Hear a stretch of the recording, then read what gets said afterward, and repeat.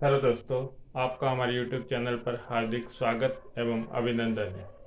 हम पढ़ रहे थे राष्ट्रपति टॉपिक, जिसमें हमने पढ़ा था अनुच्छेद 52, अनुच्छेद 53, राष्ट्रपति पद की योग्यताएं, राष्ट्रपति पद की शर्तें, राष्ट्रपति के वेतन तथा भत्ते और राष्ट्रपति का निर्वाचक मंडल हमने पार्ट फर्स्ट में पढ़ लिया था।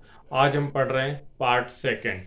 पार्ट सेकंड की शुरुआत हम करते हैं राष्ट्रपति की निर्वाचन पद्धति अनुच्छेद 55 में। राष्ट्रपति की निर्वाचन पद्धति अनुच्छेद 55 में दी गई है, जिसके बारे में हम आज पढ़ेंगे। पार्ट फर्स्ट का लिंक मैं डिस्क्रिप्शन में दे दूंगा, वहां जाकर आप पार्ट फर्स्ट को देख सकते हैं। तो राष्ट्रपति के निर्वाचन की पद्धति अगर हम देखें तो अनुच्छेद 55 में राष्ट्रपति के निर्वाचन की पद्धति दी गई है, जिसमें राष्ट्रपति का चुनाव आनुपातिक प्रतिनिधित्व की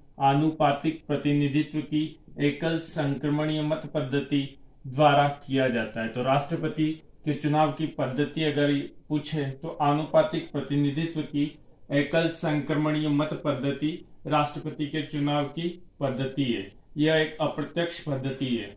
इस पद्धति का प्रतिपादन थॉमस हेयर के द्वारा किया गया था। तो राष्ट्रपति के चुनाव की आनुपातिक प्रतिनिधित्व की एकल संक्रमणीय मत पद्धति का प्रतिपादन जो किया था वो थॉमस हेयर ने किया था।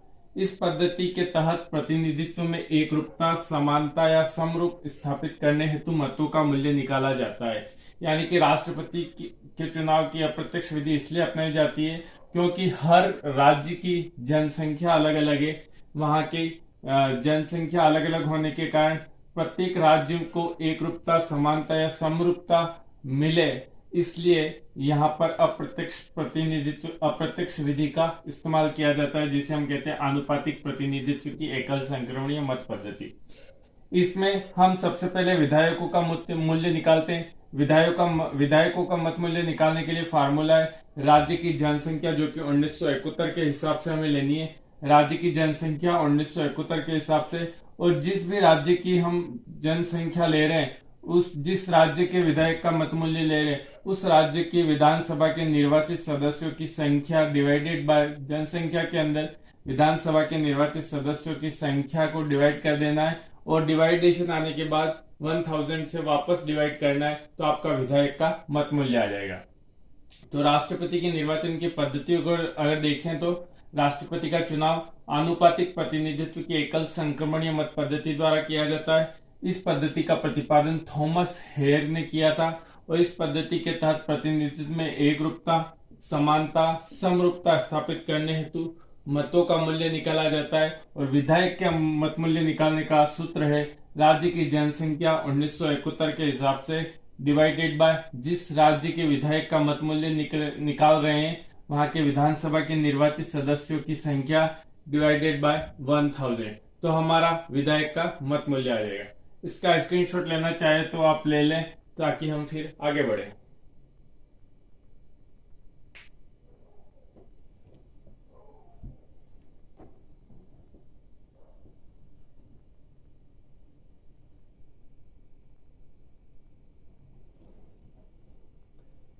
अब हम आगे बढ़ते हैं। विधायकों के मत मूल्य का निकालने का फार्मूला तो हमने पढ़ लिया था।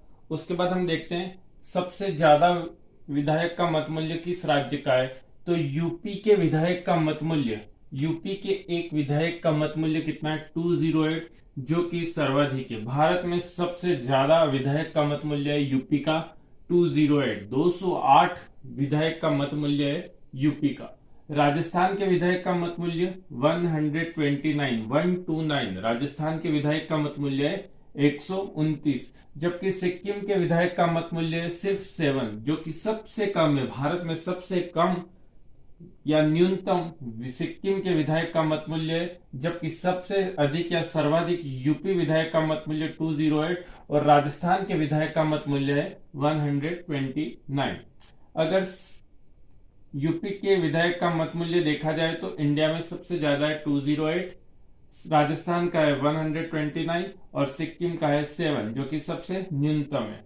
अगर सांसद का मत मूल्य निकाले तो सांसद का मत मूल्य निकालने का फार्मूला है सभी विधायकों के मत मूल्यों का योग। यानी कि जिस राज्य के सांसद का मत मूल्य निकालना है वहां के सभी विधायकों के मत मूल्यों का योग डिवाइडेड बाय संसद के निर्वाचित सदस्यों की संख्या।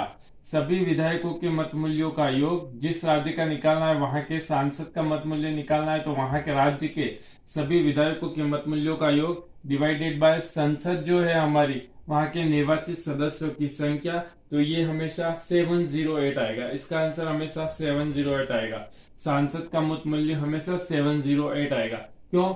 विधायकों का मत मूल्य अलग अलग होता है, परंतु सभी सांसदों का मत मूल्य एक समान होता है, क्योंकि एक समान राज्यों का प्रतिनिधित्व देने के लिए सांसदों का मत मूल्य क्या रखा है, हमेशा एक समान रखा है। जबकि राज्यों के विधायकों का मत मूल्य इसलिए अलग अलग होता है क्योंकि वहां की जनसंख्या अलग अलग है। तो उस हिसाब से सर्वाधिक यूपी का 208, राजस्थान का 129 और सिक्किम का है न्यूनतम सबसे 7। सांसद का मत मूल्य निकालने के लिए जिस राज्य का सांसद का मत मूल्य निकालना है, वहां के सभी विधायकों के मत मूल्यों का योग डिवाइडेड बाय संसद के निर्वाचित सदस्यों की संख्या इक्वल टू 708। ये 708 आएगा। तो विधायकों का मत मूल्य अलग अलग होता है, परंतु सांसदों का मत मूल्य एक समान होता है।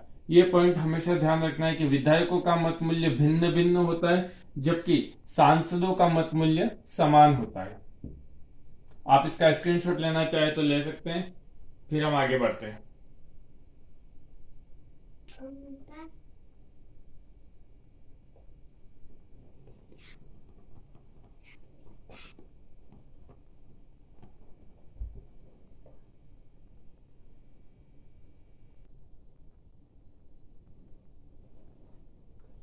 अब आगे बढ़ते हैं राष्ट्रपति के चुनाव की पद्धति में। राष्ट्रपति के चुनाव में आनुपातिक प्रतिनिधित्व की पद्धति।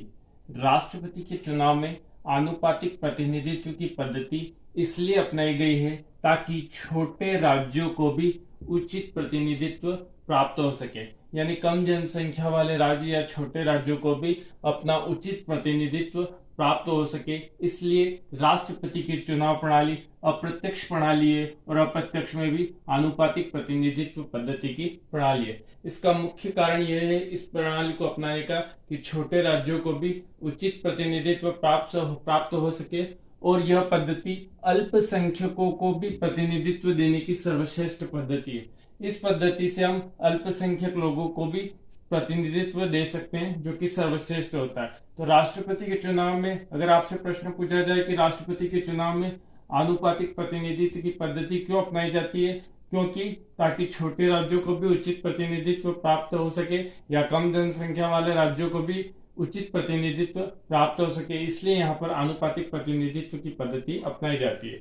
यह पद्धति अल्पसंख्यक, हमारे यहाँ पर अल्पसंख्यक लोग भी हैं, तो इस पद्धति से हम अल्पसंख्यक लोगों को भी प्रतिनिधित्व देने की पद्धति अपना सकते हैं। तो यह अल्पसंख्यकों को प्रतिनिधित्व देने के लिए यह सर्वश्रेष्ठ पद्धति है। तो यह पद्धति अल्पसंख्यकों को भी प्रतिनिधित्व देने की सर्वश्रेष्ठ पद्धति है।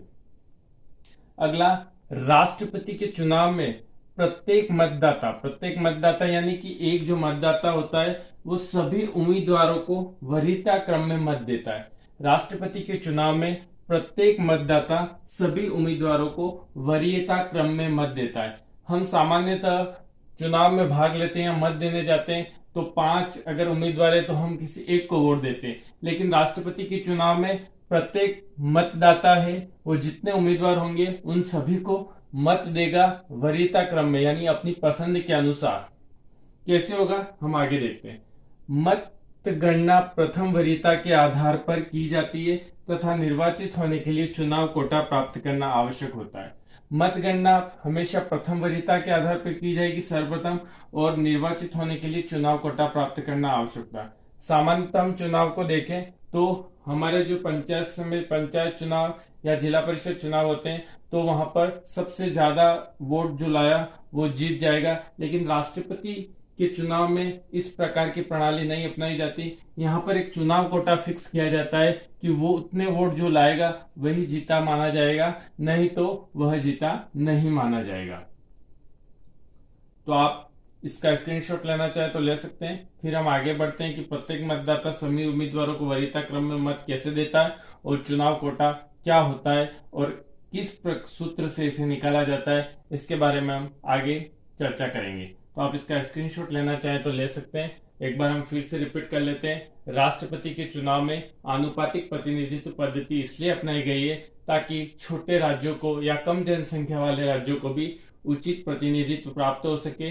यह पद्धति अल्पसंख्यकों को प्रतिनिधित्व देने की सर्वश्रेष्ठ पद्धति है और राष्ट्रपति के चुनाव में प्रत्येक मतदाता सभी उम्मीदवारों को वरीयता क्रम में मत देता है और मतगणना प्रथम वरीयता के आधार पर की जाती है तथा निर्वाचित होने के लिए चुनाव कोटा प्राप्त करना आवश्यक है।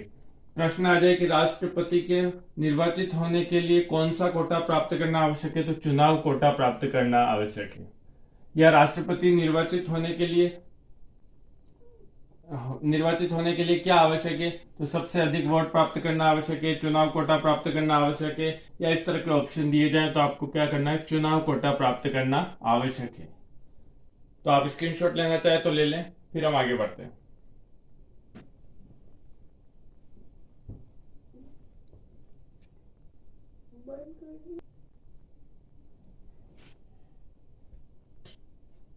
अब प्रथम वरीयता क्रम क्या होता है इसमें हम देखते हैं। जैसे उम्मीदवार राष्ट्रपति पद के उम्मीदवार हैं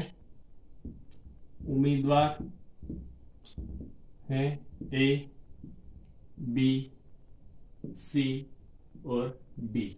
ये हमारे उम्मीदवार है राष्ट्रपति के ए, बी, सी और डी। अब हम मतदाता देखते हैं। ये हमारे मतदाता हैं। मतदाता है 1, 2, 3, 4, 5, 6 मतदाता है। अब हम सामान्यतः देखा जाए तो हमारे 4 उम्मीदवार है ए, बी, सी और डी और मतदाता है 1, 2, 3, 4, 5। तो सामान्यतः हम जो चुनाव में भाग लेते हैं तो सामान्यतः इन चुनाव में भाग लेते हैं तो मत देते हैं। तो ए, बी, सी, डी ये मत उम्मीदवार है तो इनमें से हम एक को दे देते हैं। हम किसी ने बी को दिया, किसी ने ए को दिया, किसी ने सी को दिया, किसी ने डी को दिया। इस तरह से हम सामान्यतः उम्मीदवारों को मत देते हैं। लेकिन राष्ट्रपति के चुनाव में ऐसा नहीं होता। राष्ट्रपति के चुनाव में जो मतदाता है वो सभी उम्मीदवारों को मत देगा अपनी वरीयता के अनुसार। यानी कि नंबर 1 मतदाता है, नंबर 1 पे जो मतदाता है वो अपनी पसंद के अनुसार मत देगा। यानी कि ए, बी, सी, डी में वो जो सबसे ज्यादा पसंद करता है उसको 1 नंबर का मत देगा। जैसे नंबर 1 में इसने सी को 1 नंबर दिया, ए को 2 नंबर दिया, बी को 3 नंबर दिया और डी को 4 नंबर दिया।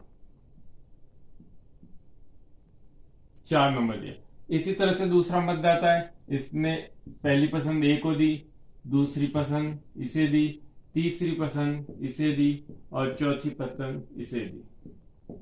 इसी तरह 5वें नंबर पे उसने पहली इसे दी, दूसरी इसे दी, तीसरी इसे दी, चौथी इसे दी। इसी तरह से प्रत्येक मतदाता, जैसे 4 नंबर ले लेते हैं तो इसने पहली इसे दी, चौथी इसे दी, तीसरी इसे दी, दूसरी इसे दी। इसको ले लेते तो पहली इसने इसे दी, दूसरी इसने इसे दी, तीसरी इसने इसे दी, चौथी इसे दी। फिर 5वां हो गया, छठे को ले लेते हैं तो पहली इसे दी, दूसरी इसे दी, चौथी इसे दी और तीसरी इसे दी। यानी कि प्रत्येक मतदाता सभी उम्मीदवारों को अपनी पसंद के अनुसार मत देगा कि उसकी पहली पसंद कौन सा व्यक्ति है, दूसरी पसंद कौन सा व्यक्ति है, तीसरी पसंद कौन सा व्यक्ति है, चौथी पसंद कैसा व्यक्ति है। तो इस तरह से प्रत्येक उम्मीदवार इन चारों को मत देगा अपनी पसंद के अनुसार। तो सबसे पहले जब मतगणना होती है तो हम नंबर 1 के मत किसको मिले, नंबर 1 पर सबसे ज्यादा कौन रहा उसकी गणना करते हैं। नंबर 1 पर सी को कितने मिले, बी को कितने मिले, ए को कितने मिले, डी को नंबर 1 कितने मिले, इसकी गणना करते हैं। जो सबसे ज्यादा होगा वो उम्मीदवार विजेता होता है। लेकिन यहाँ पर नहीं होगा ऐसा।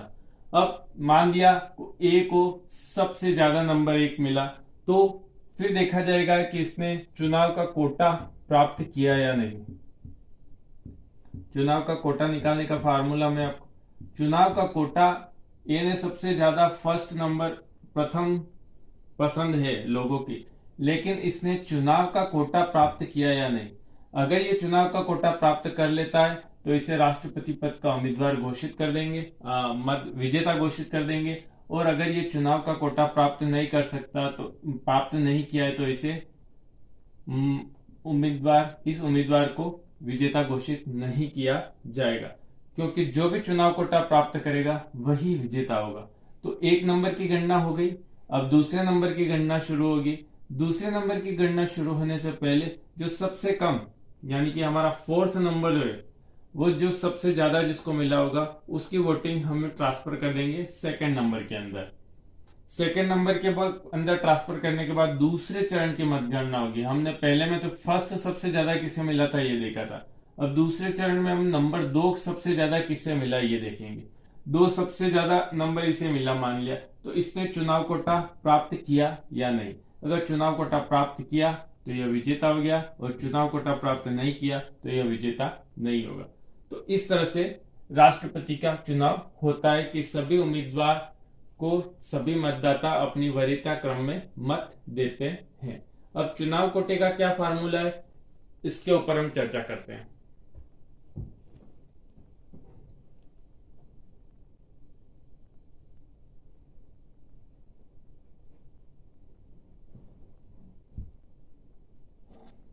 आगे बढ़ते हैं।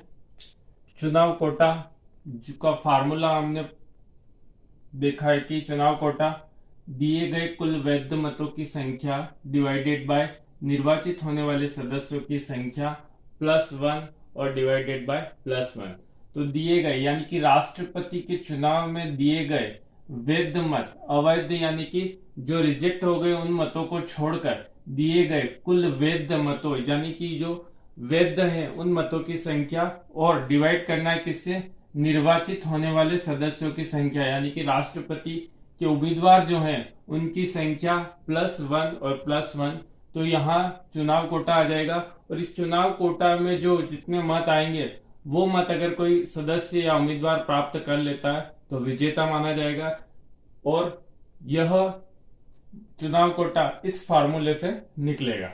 सामान्यतः हम देखते हैं कि हम जो चुनाव देते हैं प्रत्यक्ष प्रणाली में, तो सबसे ज्यादा मत जिसे मिलते हैं वो विजेता हो जाता है। लेकिन यहाँ पर सबसे ज्यादा मत जीतने वाला विजेता नहीं होगा, सबसे ज्यादा मत जीतने वाला प्लस वो चुनाव कोटा प्राप्त करना आवश्यक है। सबसे ज्यादा मत तो प्राप्त कर लिए लेकिन चुनाव कोटा प्राप्त नहीं किया है तो वो विजेता नहीं कहलाएगा। यानी कि सबसे ज्यादा मत तो प्राप्त करनी है, लेकिन यह चुनाव कोटा भी उसे प्राप्त करना होगा। और चुनाव कोटा निकालेंगे कैसे, दिए गए कुल वैध मतों की संख्या डिवाइडेड बाय निर्वाचित होने वाले सदस्यों की संख्या +1 और +1। तो चुनाव कोटा आ जाएगा कि इतने मत जीतने वालों को होने चाहिए। आगे बढ़ते हैं। यदि किसी उम्मीदवार को निर्धारित चुनाव कोटा प्राप्त नहीं हो, यानी कि किसी उम्मीदवार को ये चुनाव कोटा प्राप्त नहीं हो, तो दूसरी वरीयता की मतगणना की जाती है। मैंने कहा था सबसे पहले फर्स्ट वरीयता की मतगणना की जाएगी, जिसमें से प्रथम पसंद सबसे ज्यादा किसकी है उसको लिया जाएगा, और उस व्यक्ति ने चुनाव कोटा प्राप्त कर लिया तो वह विजेता हो जाएगा। अगर उसने चुनाव कोटा प्राप्त नहीं किया तो दूसरी वरीयता की मतगणना की जाएगी, यानी सेकेंड प्रायोरिटी किससे मिलती है वो देखा जाएगा। तो किसी उम्मीदवार को निर्धारित चुनाव कोटा प्राप्त नहीं हो तो दूसरी वरीयता की मतगणना की जाती है, जिसमें सबसे कम मत प्राप्त करता उम्मीदवार, यानी कि जिस उम्मीदवार के सबसे कम मत आए हैं, कम मत प्राप्त करता उम्मीदवार के मतों को दूसरी वरीयता के आधार पर अन्य उम्मीदवारों को हस्तांतरित कर दिया जाएगा। यानी कि जिनके सबसे कम मत आए हैं उनको दूसरी वरीयता के आधार पर अन्य उम्मीदवार, यानी उनके मतों को अन्य उम्मीदवारों के मतों में हस्तांतरित कर दिया जाएगा। और आज तक सिर्फ केवल एक बार ऐसा हुआ है 1969 में, जो राष्ट्रपति वीवी गिरी बने थे उनके समय में केवल द्वितीय वरीयता की मतगणना हुई थी, नहीं तो सिर्फ केवल प्रथम वरीयता की मतगणना में ही राष्ट्रपति के उम्मीदवार ने चुनाव कोटा प्राप्त कर लिया है। फिलहाल के सालों में, यानी कि अभी तक वर्तमान तक सिर्फ एक बार ऐसी घटना घटी थी 1969 में, जब राष्ट्रपति वीवी गिरी द्वितीय वरीयता की गणना में विजेता घोषित किए गए थे। सिर्फ एक बार हुआ है 1969 में द्वितीय वरीयता की मतगणना, नहीं तो प्रथम वरीयता की मतगणना में ही चुनाव कोटा हमेशा प्राप्त कर लिया। तो चुनाव कोटा प्राप्त करने का सूत्र, दिए गए कुल वैध मतों की संख्या डिवाइडेड बाय निर्वाचित होने वाले सदस्यों की संख्या +1 और +1 तो चुनाव कोटे का फार्मूला है। चुनाव कोटे का फार्मूला याद कर लीजिएगा, कभी ऑप्शन में दे दिया जाए चुनाव कोटे का फार्मूला कौन सा है, तो ये चुनाव कोटे का फार्मूला है। यदि किसी उम्मीदवार को निर्धारित चुनाव कोटा प्राप्त नहीं हो, प्रश्न आ जाए कि राष्ट्रपति के द्वितीय वरीयता या दूसरी वरीयता की मतगणना कब की जाएगी? कब की जाएगी? जब यदि किसी उम्मीदवार को प्रथम वरीयता में निर्धारित चुनाव कोटा प्राप्त नहीं हो तो दूसरी वरीयता की मतगणना की जाएगी। प्रश्न आ जाए कि दूसरी वरीयता की सबसे कम मत प्राप्त करता उम्मीदवार के मतों का हस्तांतरण कब किया जाएगा? जब दूसरी वरीयता की गणना की जाएगी तब सबसे कम मत प्राप्त करता उम्मीदवारों के मतों का हस्तांतरण किया जाएगा। और ऐसा कितनी बार हुआ है? सिर्फ केवल एक बार हुआ है। 1969 में राष्ट्रपति वीवी गिरी जो बने थे वो दूसरी वरीयता की मतगणना के आधार पर राष्ट्रपति बने थे। नहीं तो अभी तक एक भी बार ऐसा नहीं हुआ है कि चुनाव कोटा प्राप्त नहीं किया हो प्रथम वरीयता वाले ने। सिर्फ एक बार 1969 में राष्ट्रपति वीवी गिरी ने द्वितीय वरीयता की मतगणना में विजेता हासिल की थी, लेकिन वर्तमान में अभी तक सिर्फ एक बार ऐसा हुआ है कि द्वितीय वरीयता की मतगणना हुई है। नहीं तो सिर्फ प्रथम वरीयता की मतगणना में ही उम्मीदवार ने चुनाव कोटा प्राप्त कर लिया है। स्क्रीनशॉट लेना चाहे तो ले सकते हैं, फिर हम आगे बढ़ते हैं।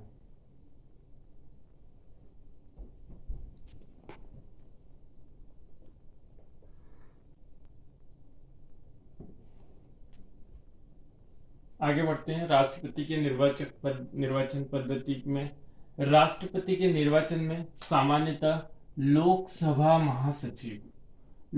महासचिव पीठासीन अधिकारी होता है। तो प्रश्न पूछ ले कि राष्ट्रपति के चुनाव में पीठासीन अधिकारी कौन होता है, तो लोकसभा का महासचिव पीठासीन अधिकारी होता है। पीठासीन अधिकारी यानी कि राष्ट्रपति के उम्मीदवार जिनके समक्ष अपना नामांकन पत्र भरेंगे, नामांकन पत्र की जांच ये करेंगे, तो वो कौन होता है? लोकसभा महासचिव पीठासीन अधिकारी होता है, जिनके समक्ष राष्ट्रपति के उम्मीदवार अपना फॉर्म दाखिल करेंगे और फॉर्म की जांच पीठासीन अधिकारी करेगा। तो राष्ट्रपति के चुनाव में पीठासीन अधिकारी होता है लोकसभा का महासचिव। दूसरा अगर देखें तो राष्ट्रपति इस पीठासीन अधिकारी के अंतर अपना नामांकन पत्र दाखिल करता है। इन पीठासीन अधिकारी के समक्ष अपना नामांकन पत्र दाखिल करता है। मैंने पहले बता दिया कि राष्ट्रपति के चुनाव में सामान्य रूप से, विशेष परिस्थिति अलग है, सामान्य रूप से लोकसभा महासचिव को पीठासीन अधिकारी के रूप में कार्य करने के लिए कहा जाता है और इस पीठासीन अधिकारी के समक्ष ही राष्ट्रपति पद का उम्मीदवार अपना नामांकन पत्र दाखिल करता है। और राष्ट्रपति का नामांकन पत्र भरने हेतु कोई भी राष्ट्रपति का नामांकन नहीं कर सकता, क्योंकि राष्ट्रपति का नामांकन पत्र भरने हेतु 50 प्रस्तावक और 50 अनुमोदक की आवश्यकता होती है। प्रश्न पूछ ले कि राष्ट्रपति का नामांकन पत्र भरने हेतु कितने प्रस्तावक और कितने अनुमोदक की आवश्यकता होती है, तो 50 प्रस्तावक और 50 अनुमोदक की आवश्यकता होती है राष्ट्रपति का नामांकन पत्र भरने हेतु। और ये 50 प्रस्तावक और 50 अनुमोदक कौन होंगे, अगर ये प्रश्न आ जाए तो 50 प्रस्तावक और 50 अनुमोदक उसके निर्वाचक मंडल के ही सदस्य होंगे। निर्वाचक मंडल यानी कि जो राष्ट्रपति के चुनाव में मतदाता है या मत देने का जिनको अधिकार है, उन्हीं में से ये 50 प्रस्तावक और 50 अनुमोदक होंगे। अब राष्ट्रपति का निर्वाचक मंडल मैंने पहले ही पढ़ा दिया है कि लोकसभा, राज्यसभा, राज्य विधानमंडल या राज्य विधानसभा के निर्वाचित सदस्य, जिसमें दिल्ली केंद्र शासित प्रदेश और पांडुचेरी केंद्र शासित प्रदेश के विधानसभा के निर्वाचित सदस्य भी शामिल हैं। तो वे सारे निर्वाचक मंडल में आते हैं। तो उन निर्वाचक मंडल में से ही ये 50 प्रस्तावक और 50 अनुमोदक होंगे। और राष्ट्रपति का चुनाव लड़ने हेतु जमानत राशि होगी 15,000 रुपए, इसकी जमानत राशि होगी। तो राष्ट्रपति के चुनाव में सामान्यतः लोकसभा महासचिव पीठासीन अधिकारी होगा। अगर प्रश्न पूछ लिया जाए पीठासीन अधिकारी कौन होगा, तो लोकसभा महासचिव होगा। राष्ट्रपति किसके समक्ष अपना नामांकन पत्र दाखिल करेगा, तो पीठासीन अधिकारी के अधीन नामांकन पत्र दाखिल। ऑप्शन में ये तो पीठासीन अधिकारी, अगर ये नहीं है तो लोकसभा महासचिव। पीठासीन अधिकारी सामान्य रूप से होता है तो उसके सामने नामांकन पत्र दाखिल होगा। प्रस्तावक और अनुमोदक की संख्या कितनी होती है? राष्ट्रपति को नामांकन पत्र भरने हेतु 50 प्रस्तावक और 50 अनुमोदक की आवश्यकता होती है। और प्रस्तावक और अनुमोदक किन में से होंगे, तो निर्वाचक मंडल के सदस्यों में से ही वे वह कर अनुमोदक होंगे और राष्ट्रपति का चुनाव लड़ने हेतु जमानत राशि होगी 15,000 रुपए। तो यहाँ पर हम राष्ट्रपति की निर्वाचक पद्धति को समाप्त करते हैं। अगर वीडियो आपको अच्छा लगा हो तो कमेंट जरूर कीजिएगा, लाइक कीजिएगा, शेयर कीजिएगा। चैनल पे नए हो तो चैनल को सब्सक्राइब कीजिएगा ताकि नया वीडियो का नोटिफिकेशन आपके पास जल्द से जल्द पहुंच सके। अब हम इसके अगले पार्ट में पढ़ेंगे कि इसका कार्यकाल कितना होता है, इसका महाभियोग कैसे लगाया जाता है। इसके बारे में हम पार्ट 3 में चर्चा करेंगे। पार्ट 1 का लिंक मैं डिस्क्रिप्शन में डाल दूंगा, आप वहां जाकर इसे देख सकते हैं। धन्यवाद।